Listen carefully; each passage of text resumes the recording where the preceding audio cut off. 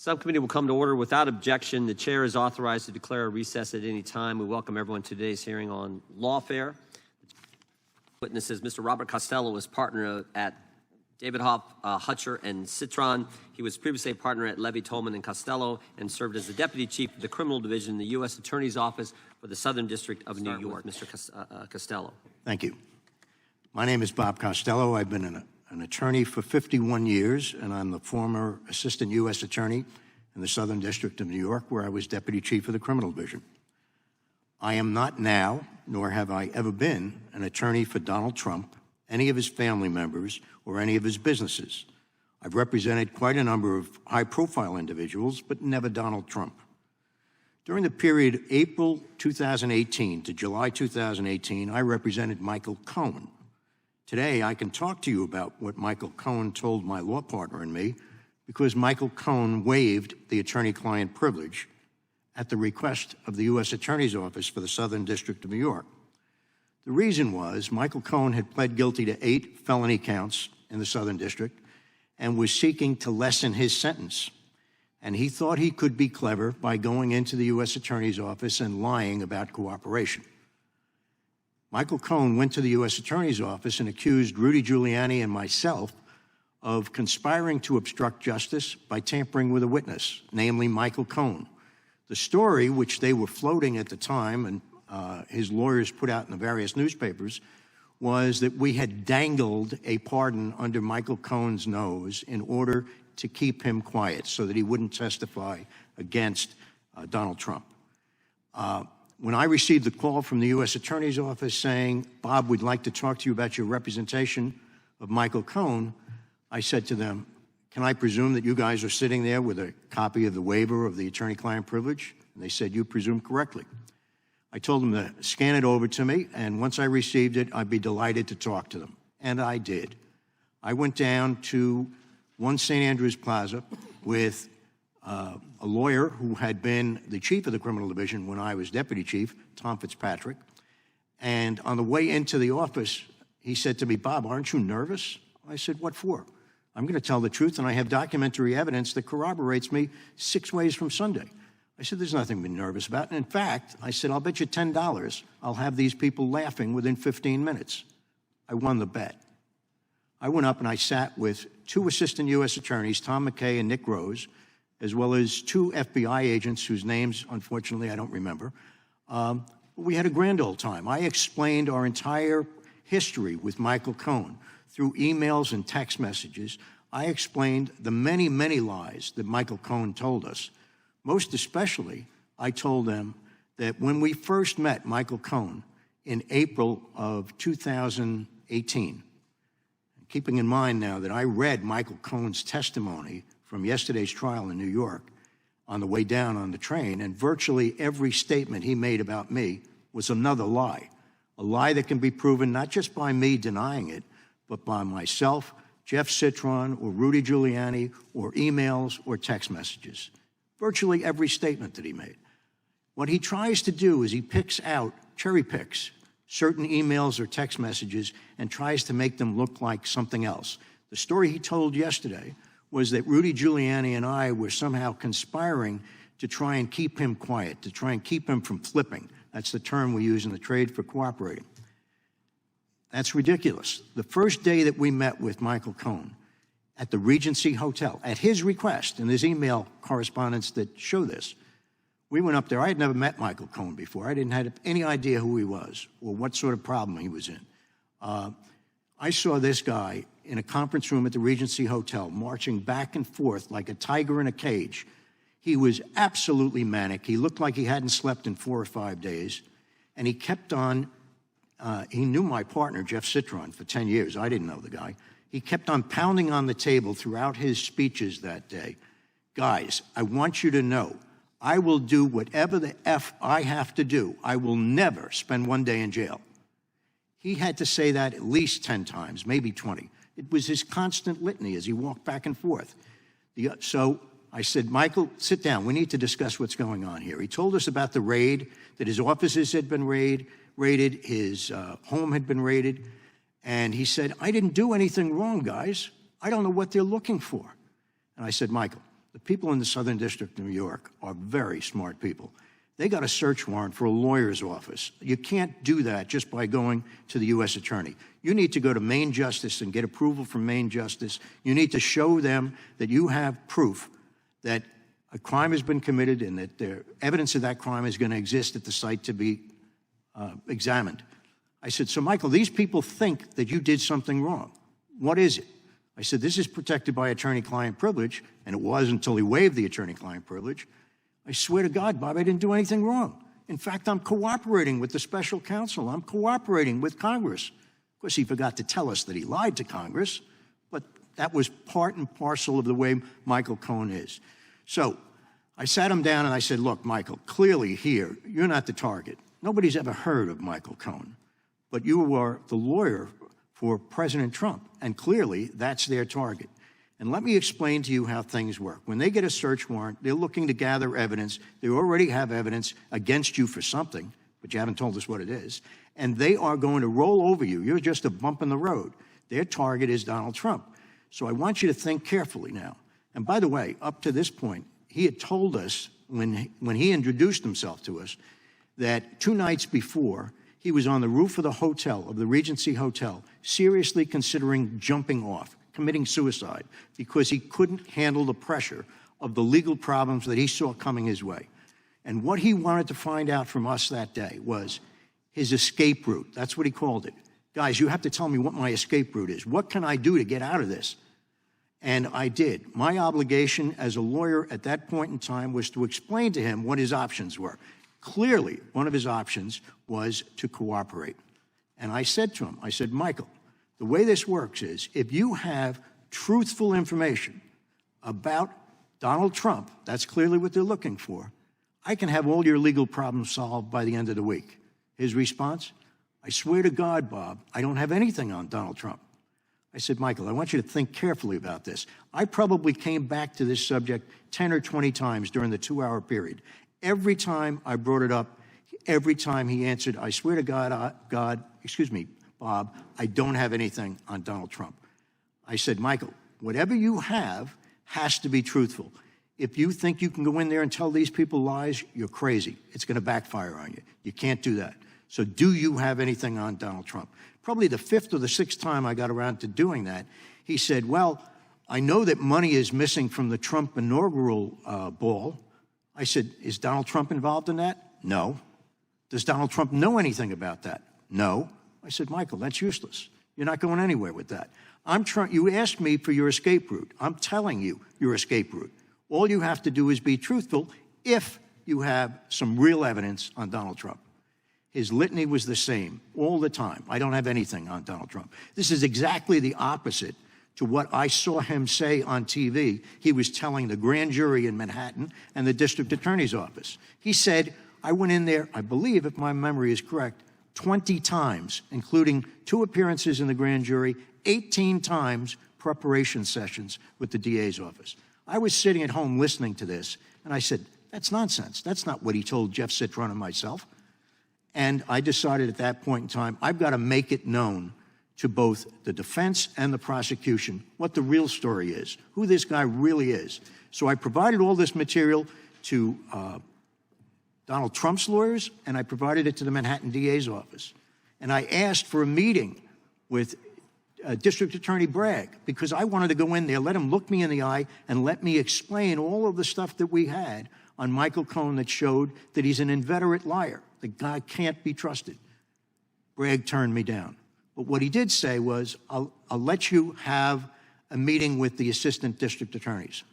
Now, when the Trump people, we need you to just... I'm sorry, when the Trump people heard about all of this, they insisted, as was their right under the law, that the DA put me before the grand jury. Right. So that I was scheduled for a Monday. On the Friday before, I gave the DA's office the courtesy of a Zoom conference for about an hour and a half. 8 assistant district attorneys and me on the other end. I explained, they didn't really ask me any questions. They just said, what do you want to say? Nice warm greeting for somebody who's trying to show them the right path quietly and privately so that they could correct their error before they made it. Here's what happened. We'll stop there, Mr. Costello. We'll get back to you. How about this, Mr. Costello? I swear to God, Bob, I don't have anything on Donald Trump. Who said that? Michael Cohen about 10 to 20 times. So not just once, multiple times he told you that while you were his attorney, while you were in consultation with your client, he said that multiple times. He not only said that multiple times, but he said that after I said to him, knowing that he was suicidal, Michael, think about this. Isn't it easier to cooperate against Donald Trump than it is to kill yourself? And he still said, I swear to God, Bob, I don't have anything. When you laid it all out, you said, dude, you better cooperate. If you got something truthful on the president, you better let me have it or you're in trouble. And he came back with the exact same statement. I swear to God, Bob, I don't have anything on Trump. That is correct. And that was my obligation to do that, to fully inform him of what his escape route was, as he called it. And then he changed his story, right? Then he went on TV and changed his story. Exactly. He changed his story. He turned around, and he's the only one who can do that. You have to believe Michael Cohen in order to convict Donald Trump if there's actually a crime there, which there isn't. But that's an issue for an appellate court. I want to read another statement, another line from your statement. You said, Alvin Bragg refused my offer. What was the offer? My offer was to come to his office and sit down, let him look me in the eye, and see if I'm telling the truth.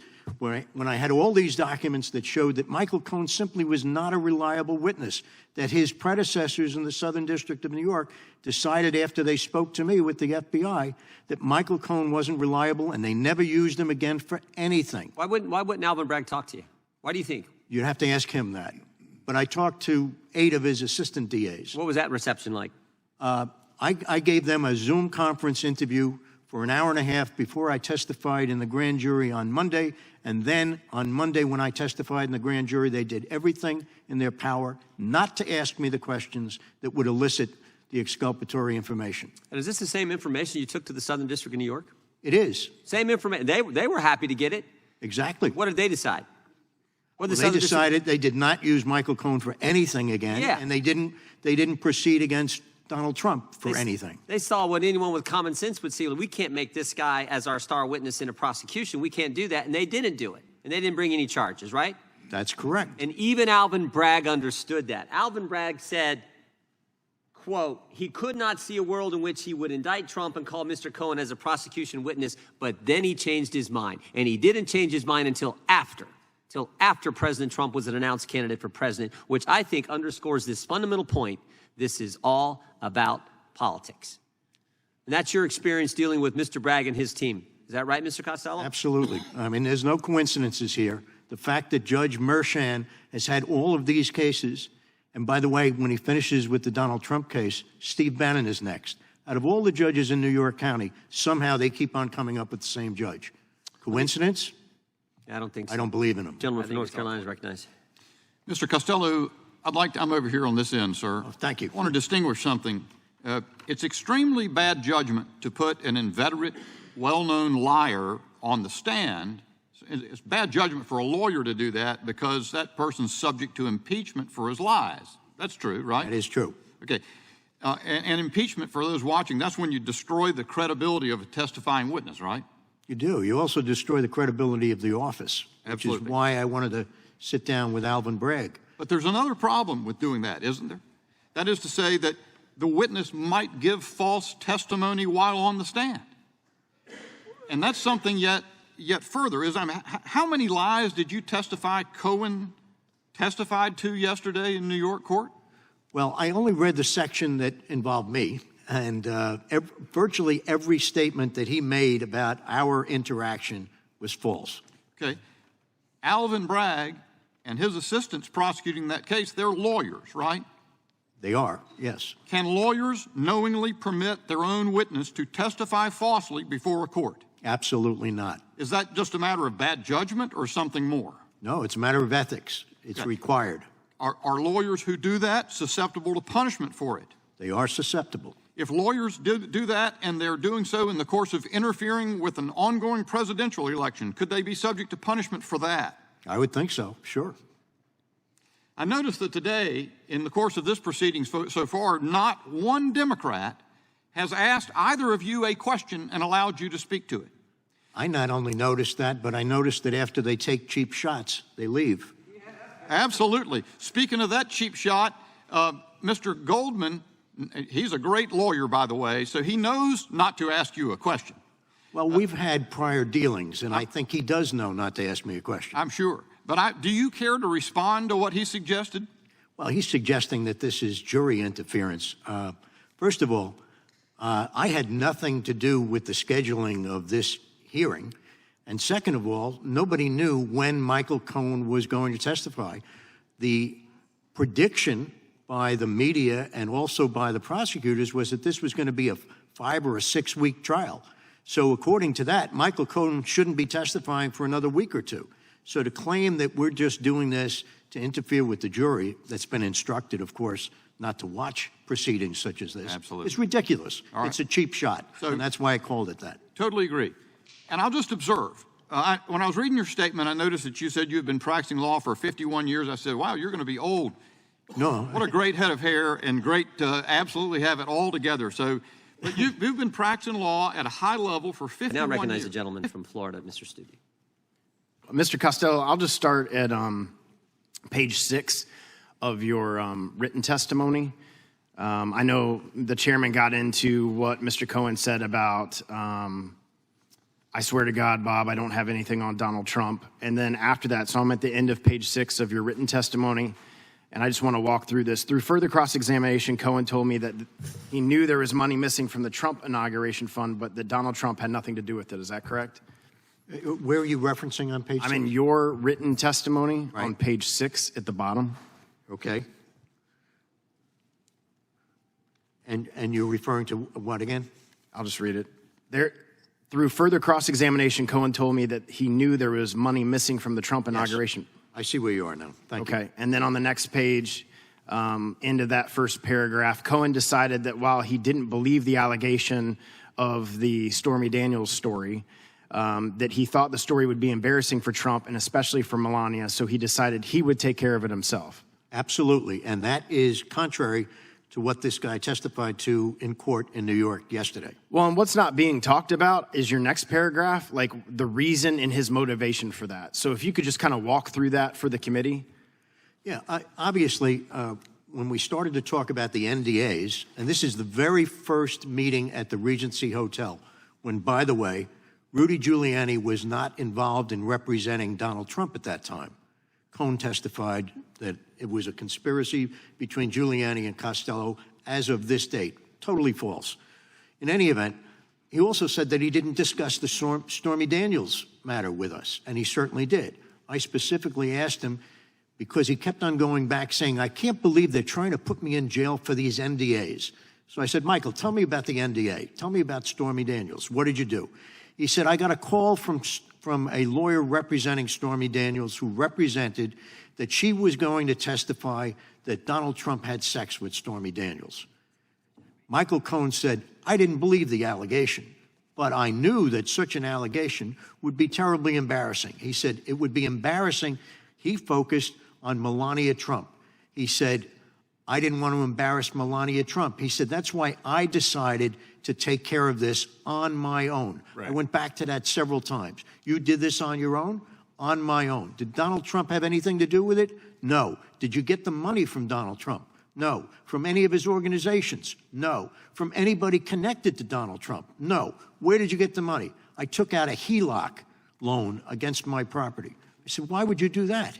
He said, I didn't want anybody to know where I got this money. I didn't want Melania to know. I didn't want my own wife to know because she's in charge, he said, of the Cohen family finances. He said if she saw money coming out of my account, she'd ask me 100 questions, and I didn't want to answer any of them. It was clear after talking to him for several days after that, whenever we talked on the phone or in my office, that he kept on bringing up the subject that he felt he was betrayed by not being brought down to Washington, D.C.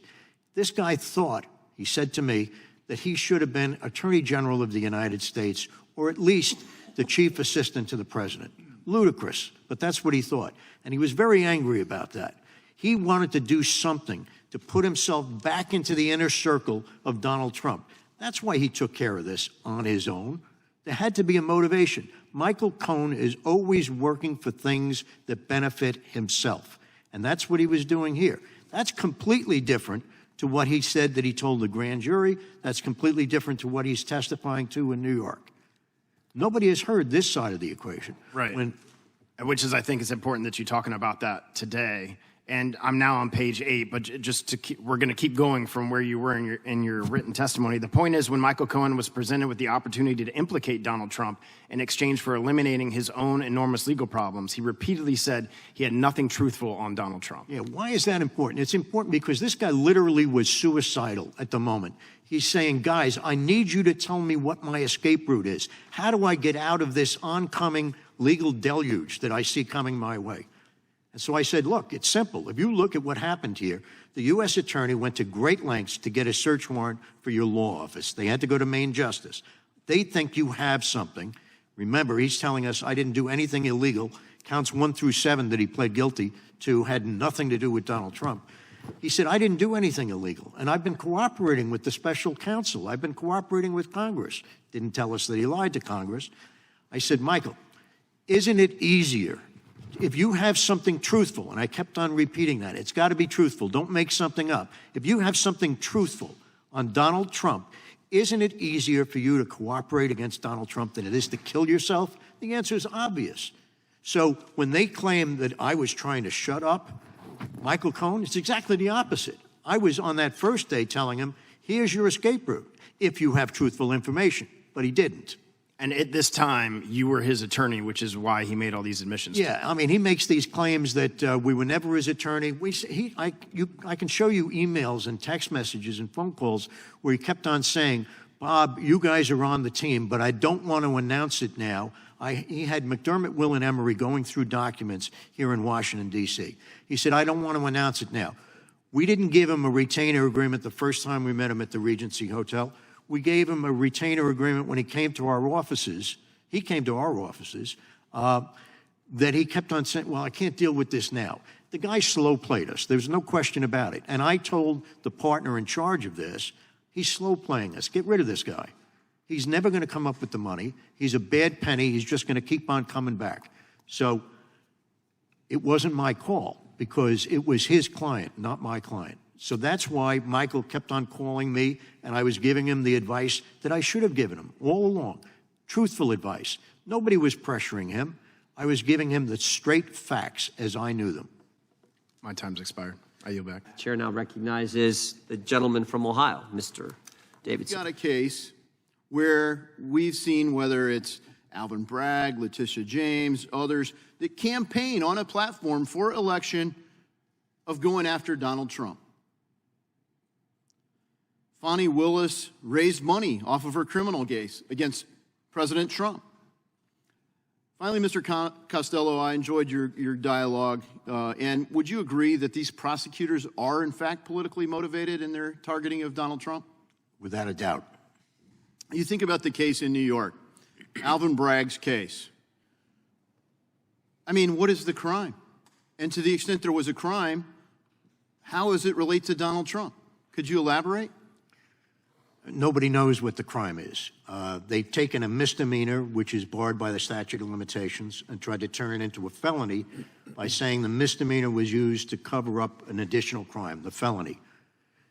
It's hinted that the felony that they're trying to cover up is election interference for the 2016 election. They claim was caused by false entries made in 2017. Now, how do you influence a 2016 election with 2017 allegedly false entries? They say, because I was puzzled by this, it's a conspiracy. Really, said I. I went and I pulled the indictment. There's 34 or 38 counts. No conspiracy count. One defendant, Donald Trump. It's absurd. The whole case is, but yet, in spite of that, and in spite of the fact that the world sees through this, we're all wondering whether or not we'll get a not guilty verdict to the extent we get a verdict. We don't trust that the law is actually going to be administered impartially. We're not sure that you could get an impartial trial of his peers, a jury of his peers. And this is the thing. Our criminal statutes are designed to protect the defendant. We've seen a clear abuse of the law. We've seen, as I point out, nothing new under the sun. And, it's not like Bastiat was the first person to discover this. We've seen the first thing, basically, don't hurt people, don't take their stuff. Because humans have a hard time with that, we started pointing someone to be the judge. Who was the one in the right? Who was the one in the wrong? People see through this, and they're going to see it on November 5th. And I just trust that this country is worth defending. And I applaud the people that are standing up against injustice.